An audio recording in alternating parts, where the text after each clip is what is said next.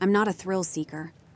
I spend most of my free time in a secluded comfort zone, usually in bed with my girlfriend. Having someone to love and hold is the only thing that doesn't make me feel cold anymore. I am grateful for it. Truly, I am. Sleep has never been so good for me, and I can't imagine it ever will be if I lose this. Yet, there is no escaping some things. Not for me anyway. There are nights I wake up and remember it so clearly that I think, just for a moment, I return to that place beneath the ice. I can imagine the concrete ground, the thin walls, and the cold steel beams. I can hear the straining ceiling and the distant ruptures. I can only really make sense if I start at the beginning.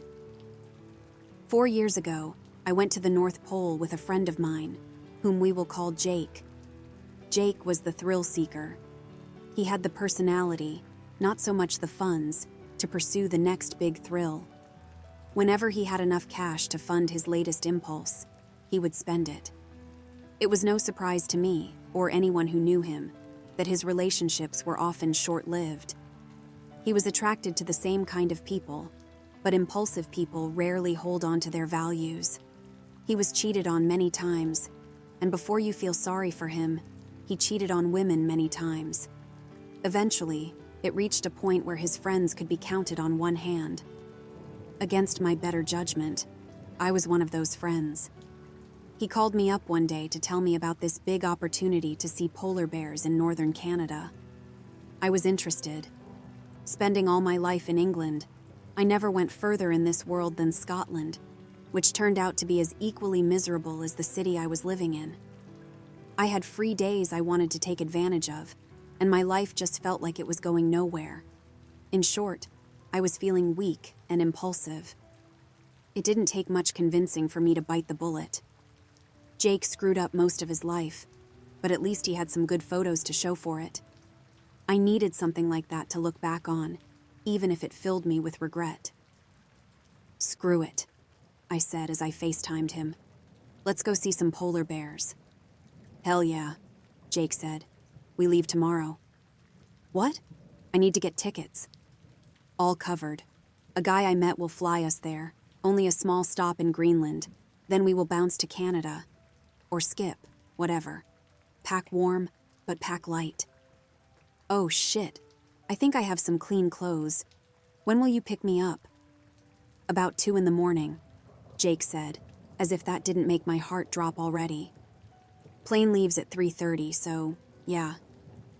Taking the cheap, easy route isn't always legal. The less said about the flight arrangements, the better. I just trusted the fact that nobody would check our passports when we arrived, and luckily, they didn't. I guess if you know people, there are a lot of things that are never checked or recorded. One thing I knew for sure, I would be going back the usual way. The plane we were in was like a small mail plane, just boxes of envelopes and hard cases. It was also cold. No proper insulation, no proper seats. We spent our flight shaking in blankets that Jake's friend gave us. Once off the plane, we were guided through the small airport until we made it into the town itself, free and ready to find transport to our first destination. I let Jake guide me the whole way, and I will say this much, he knew how to make it look like it was all planned. We found a nice place to stay. We saw the polar bears, and we saw beautiful mountains and forests. I guess I never really knew anything about Canada. I just imagined cold, gray cities with cold, gray people. "Nah, that's Eastern Europe," he told me. "Canada is great. Good food, friendly people, beautiful country, if you go to the right places." "Speaking of which," I said, as I looked through the photos I took at the polar bear reserve. "Where to after this? I have 2 more free days until I have to go back to work." Can't you call in sick after that? There's still time to warm up in Mexico, mi amigo." "Jake, por favor, no more sketchy flights. Let's just make the most of tomorrow. Then let's head home, okay?" "There's nothing really in range, you know. I mean, we could try ice fishing in this cabin my old girlfriend has. Better still, we can rent some snowboards, go to the..." I will take the ice fishing, thank you. It was chaos. Not being locals, we didn't pay attention to warning signs or the news. We rented a truck with these chains wrapped around the tires and started our journey towards the cabin. The weather was ballistic, and visibility was low. The whole time I was worrying if we would ever make it back to the town we left, let alone the cabin. Jake tried to stay upbeat about it, but it was clear he was worried as well. We turned off real roads onto a dirt path through the forest, but that too was getting covered in thick snow. We listened to the radio, mostly country rock, which would only be played in lousy bars. It did little to ease my nerves. I just kept refreshing the news portion on my phone, hoping a connection would get through.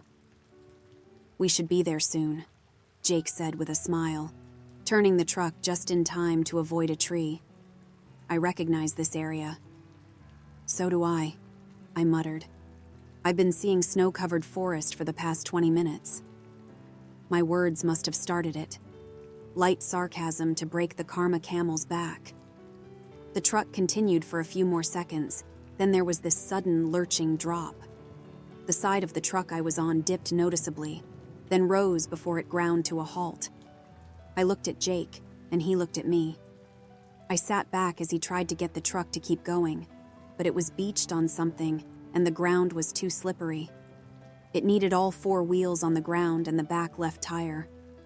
We both got out of the truck, the sheer wind cutting through our jackets as we walked to the back and examined the large rock. It was jagged, its point pressing against the frame, but not by much. Just need a little lift and it will get off, I said. A careful lift, Jake clarified. I didn't pay the insurance. Why do you care? You didn't show them any ID and paid in cash. I actually did show them my ID. It was necessary, you know? Jake looked at me nervously. My face felt that much colder. What happened to not leaving a paper trail? I questioned him. There wasn't any time to shout at him. We had to get the truck off the rock. Luckily, the rental place didn't just give us chain-bound tires, which seemed to be clumped up with snow, but they also had a toolkit in the back of the truck.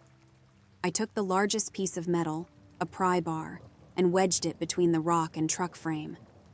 With as much patience as I could muster, I told Jake to pump the accelerator a little so the truck didn't roll back. Being squashed by the red behemoth was the last thing I wanted. So that's what we did. Being as strong as I was, I lifted the truck just enough that the 2 front wheels were able to pull the truck forward. The weight slipped off the pry bar so suddenly that I almost fell forward. The truck dropped. The frame hit the tip of the rock but bounced forward. Out of sheer fear, I stumbled back. The brutal crunch of that metal on rock made my heart jump. I saw the truck on all 4 tires as I stumbled back. I think I even heard Jake's whooping over the roar of the storm. As my ass hit the ground, I felt an emptiness to my right. I tried to place my hand there, thinking there was ground to keep me steady, but all I did was shift my weight the wrong way. I fell into darkness. I heard the whistle of wind above me, but also the rush around my ears as I fell. I heard the clattering of metal. The pry bar fell with me. A dull thunk. My leg hit something, causing me to twist. Then I hit the ground. All of this happened in the space of a few seconds. Each second I was in such shock I didn't react. And then I couldn't. I woke up to a shooting pain in my right leg that seemed to run up my side as well. My head didn't feel sore, but it wasn't easy getting up either. It felt like my insides were just one fragile piece of pasta, waiting for that pressure to make it all snap. Yet, I willed myself to sit up and look around, as well as remind myself to breathe. With that first painful inhale, my teeth ached and my tongue was dry. When my eyes adjusted to the darkness, I saw I was in a tunnel. The walls and ceiling curved into each other, making this half-moon shape against the flat concrete ground. Steel struts added to the support and separated the rooms that diverged away from the tunnel I was in. I saw lights far ahead, a glowing speck in the distance. I instinctively reached for my pocket to get my cell phone to use the flashlight, but that was nowhere to be found. I recalled leaving it in the truck to charge. I sat there for a moment, energy fast returning, but all of it focused on my growing panic. I had fallen. I could see the hole in the roof above, but I couldn't see the surface. Water droplets dripped onto and around me. In a hoarse voice, I called up but received no response. I couldn't even hear the blizzard. What I did hear was creaking and cracking. The panic told me to stand up. My foot bumped the pry bar that fell with me. I picked it up and started walking towards the distant light.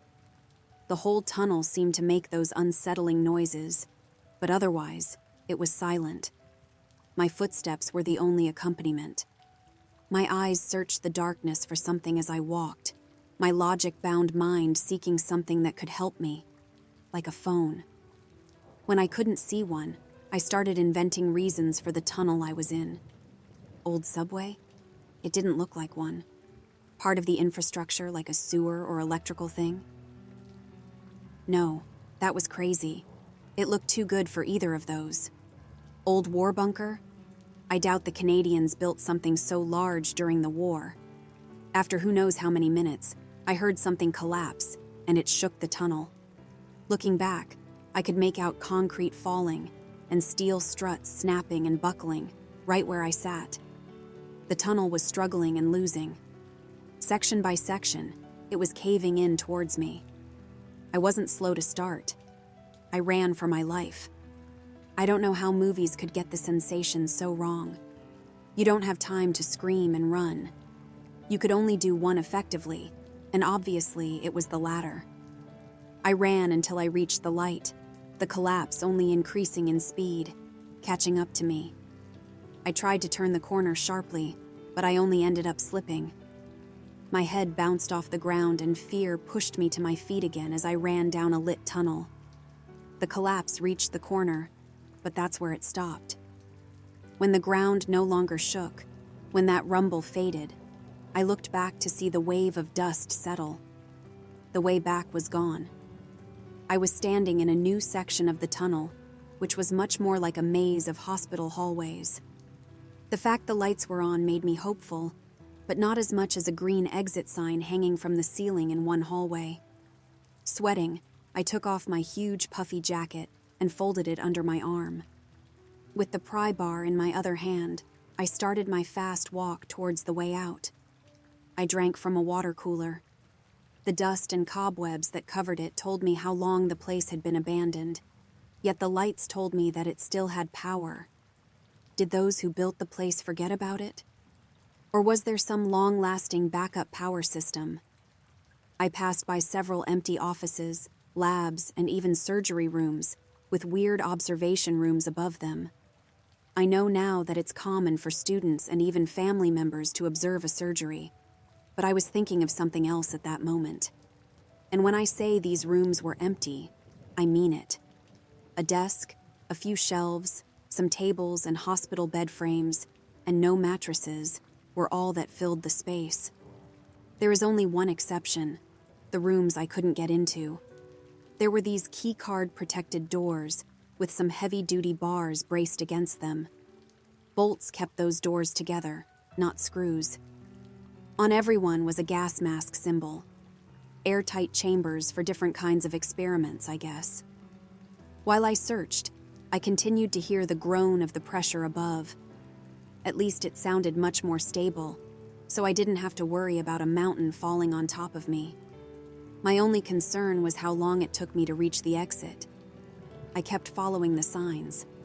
I wasn't going in circles. The rooms to my sides were different. I tried to not let my imagination play tricks on me, like making sounds that weren't there, or that I saw people, maybe even a head, staring at me from around a distant corner. That seemed to happen a lot more than I care to admit. What settled my thoughts was an obstacle. A door with chains, but not on my side. I could see through a narrow window the heavy chains that kept the handle in place, the massive lock that was used. I opened the door as much as I could, It was just enough to fit my pry bar. I looked around. The sound of the metal echoed, but I didn't see anything. The hallway to my left, empty. The hallway to the right, empty. The hallway I came from had a single flickering light and a few of those rooms I couldn't open, but it was empty too. I dug the pry bar and tried to find a good position to use it.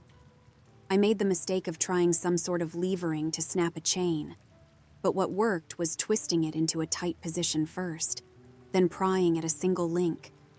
It still took a while and I worked up a sweat, but the link broke. Gravity pulled the chains down with a clatter. I pulled the door open and stepped into a stairwell. I was at the top. The exit sign was pointing down. No. I remembered the word escaping my lips. That was the first thing that didn't make sense to me. Why would the exit be deeper into the facility? I didn't think about it for too long. It was still the only way I could see, so I took it. I started my journey down the steps. I passed several keycard-protected doors on my way down. Nothing that I could open. With each one I saw, I was afraid that the exit would be behind another keycard-protected door. My descent was gradual enough that I could let those worries slip to the back of my mind. I would say it was close to 50 levels below where I started when the lights turned off. I didn't notice the hum of the facility until it stopped. In darkness, I had to use the glow-in-the-dark strips on the ground and walls to keep me from stumbling. I could still see the keycard-protected doors, their card reader screens still running on some kind of backup power, because they were lit even then. I was approaching one when I saw the screen shift for a brief second to a green tone, before going black. Before power ran out completely, a mechanical sound could be heard, and there was the sound of the seal around the door being broken. The door shifted open slightly as the seal broke but went no further. My heart was pounding. The door appeared so much darker, the yellow gas mask symbol looking a lot more threatening. I became painfully aware of how loud my steps were when I heard something shift beyond the door. My mouth was open. My breath halted right at the start of my throat. I didn't want to be found. I didn't want to be heard. I didn't feel alone anymore. My jacket made a sound I didn't like, so I put it down, abandoning it completely. While I was kneeling, I also took off my shoes and continued forward in socks. I held my shoes in my left hand, while my right hand held the pry bar like a club. I passed by several more doors, some regular, but locked. I didn't reach the bottom before I found a door with a green exit sign above it, the words themselves glowing in the dark. I looked through the vertical window and saw a glimmer of light. I reached for the handle and pulled it open. No locks. I stepped into a subway system, although a lot smaller. There was no mistaking what I was looking at. A train, a tunnel, and even the crappy tiles that covered most subway walls and pillars. The train sat there, empty, with the doors open, but its lights were on. I breathed a sigh. Click. It was the smallest sound. The sound of a door being pushed just a little before the frame stopped it. I turned around to look at the door, more specifically, the window in the middle of the door. A face pressed against the glass, too dark to identify even with the lights from the train.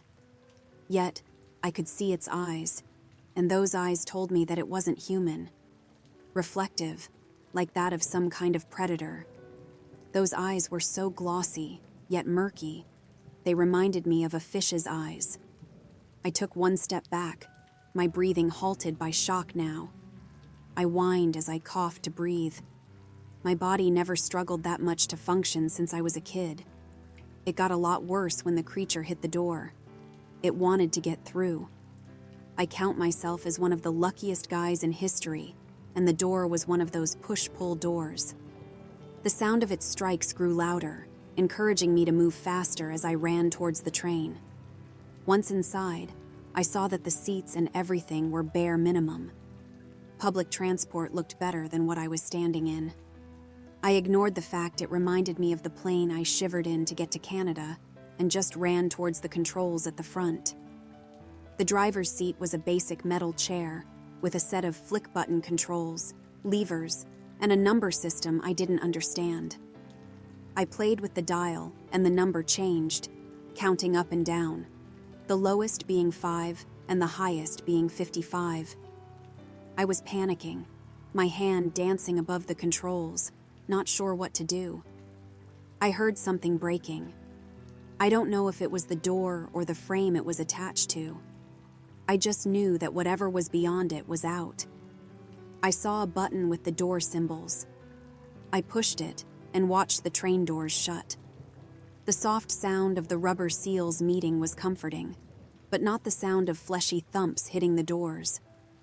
I turned back to the controls, scanning them again, then noticing a paper stuck to the wall. It was an information stick, mostly torn and rubbed away. I saw rows and scratched out names and numbers. Only one remained, a set of numbers saying 45. It was all I had, so I trusted my life to it.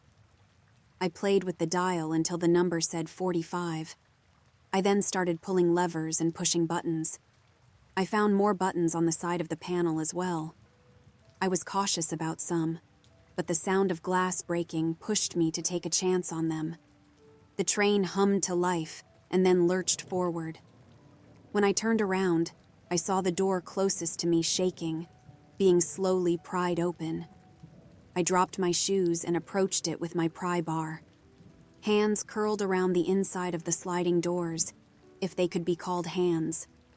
It was like a pair of talons, 2 dark, bone-like hooks for fingers. With the realization that I was going to die if I didn't do something, I lifted the pry bar and started beating on the claws. I heard a scream, bird-like. It reminded me of an eagle. It was being drowned out by the sound of the train's grinding wheels. The train sounded like it was struggling. I didn't have time to address it. The door opened a little wider, and an entire arm thrust inside and reached for me. One of the claws scratched the back of my hand. It was trying to grab for me, and hitting it with the pry bar didn't work. I shifted the position in my hand and brought the jagged part down towards its forearm. The metal wasn't razor sharp, but still sharp enough to break the scaled skin of the creature. The screeching scream was much louder, and it withdrew its arm. I turned back to the controls, trying to make sense of why the train wasn't going any faster. I then noticed a lever that wasn't all the way up. Pushing it, I realized it was the brake lever and the train sped up. I heard thumps all along the train going towards the back, and small screams all the way. I tried catching my breath. The only sounds I heard were that of the train charging onward. I looked back at the controls and saw that small metal slides shifted into place, locking levers and hiding buttons. A digital screen above the dial lit up with the words, "Destination set." I sat down on the ground, and everything hit me at once. I yelled to let it all out until I was left with small cries that bubbled up with my breathing.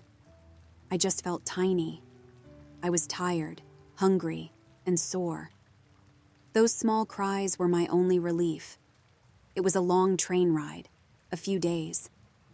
I found a trash box at the end of the train, which contained mostly little, but I found a couple of bottles that still had water and stale soda in them. One orange soda bottle that was half full. It tasted awful. It made me feel a little sick, but I was desperate. I tried stopping, but it was impossible. I would break the controls before I got them to do what I wanted. I could wait and hope that I was still alive when it stopped. When it finally did, I didn't dare touch any other controls than the one that opened the doors. I stepped out and saw what appeared to be the same station I left days before. I approached a push-pull door, pushing it open, and saw a set of stairs. I climbed the stairs, not seeing any sealed doors. I kept going to the top, following a dark hallway until I came to a set of doors locked with chains. I used the pry bar, the end of which was stained with a black gunk, to break a link. More hallways, more doors, and a feeling of dread settling in my stomach. I then breathed what had to be fresh air. I had climbed another set of stairs, then a ladder, finally opening some kind of trap door that was left ajar. My hands touched sand, dry grass, and rocks, but mostly sand. I climbed out into an open desert, the night sky practically shining compared to the dark I had to trudge through. I saw a distant car driving away, a road. I walked towards it. I walked and walked until I was following the road. I woke up in the bed I sleep in now. A woman, a brother, and her mother found me on the side of the road. A true, honest, loving family that nursed me to health, and I didn't understand a word they said. They spoke Spanish. I was in Mexico. The train took me to Mexico. No wonder it took so many days. And here I have remained for the past 4 years. I learned the language, mostly from the woman who found me. We grew close enough to make me want to stay instead of returning home, then so close that I never wanted to leave. I contacted Jake and told him I was still alive. He visited me to make sure it was me.